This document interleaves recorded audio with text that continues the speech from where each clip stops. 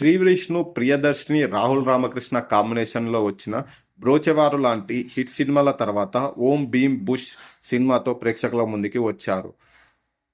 ఈ సినిమా కథ విషయానికి వస్తే క్రిష్, వినయ్, మాధవ్ ముగ్గురు ఫ్రెండ్స్ గవర్నమెంట్ ఇచ్చే స్టైఫండ్ కోసం ఫ్రీ హాస్టల్ కోసం పిహెచ్డి పేరుతో ఒక యూనివర్సిటీలో చేరి రచ్చరచ్చ చేస్తుంటారు.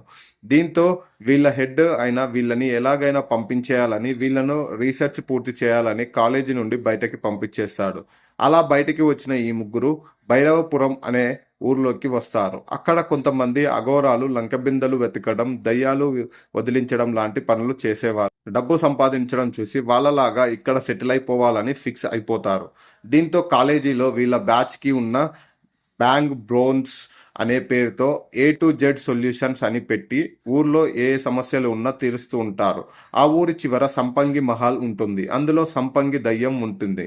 అది ఊరంతా భయపడుతుంది. ఈ బ్యాంగ్ బోస్ వల్ల తమ సంపద పోయిందని వీళ్ళ ఫేక్ అని అఘోరాలు పంచాయతీ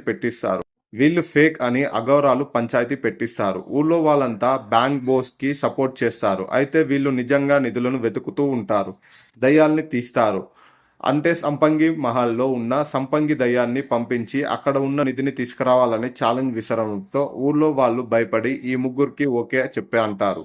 మరి సంపంగి మహల్ వెళ్ళిన ఈ ముగ్గురు బ్యాంక్ బోస్ ఏం చేశారు, అక్కడ దయ్యాల్ని వీళ్ళు ఎలా డీల్ చేశారు, అసలు దయ్యాల కథ ఏంటి అనేది చూడాలంటే ఈ సినిమా చూడాలి. శ్రీ విష్ణు కామెడీ జానర్స్ లో బాగా నటించడం తెలిసిందే.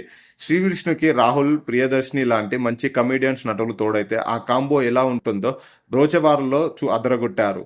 ఈ సినిమాలో ముగ్గురు కలిసి తమ నటనతో మెప్పించారు. మెయిన్ లీడ్ రోల్లో ప్రీతి ముకుందన్ అక్కడక్కడ కనిపించి పర్లేదనిపిస్తుంది. ఇంకో హీరోయిన్ అయోషా ఖాన్ మాత్రం తన అందాలతో అలరిస్తుంది. స్పెషల్ సాంగ్లో ప్రియా వడ్లమణి కూడా తన అందాల ఆరబోతతో రెచ్చిపోయింది. దయ్యం పాత్రలో నటించిన వాళ్ళు కూడా తమ పర్ఫార్మెన్స్ని అదరగొట్టారు.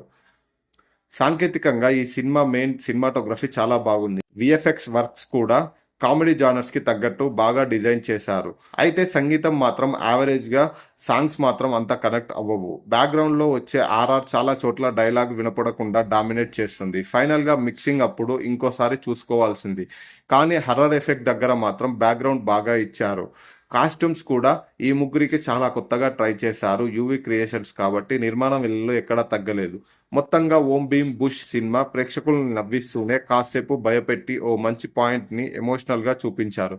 ఈ సినిమాకి 3/5 రేటింగ్ ఇవ్వచ్చు.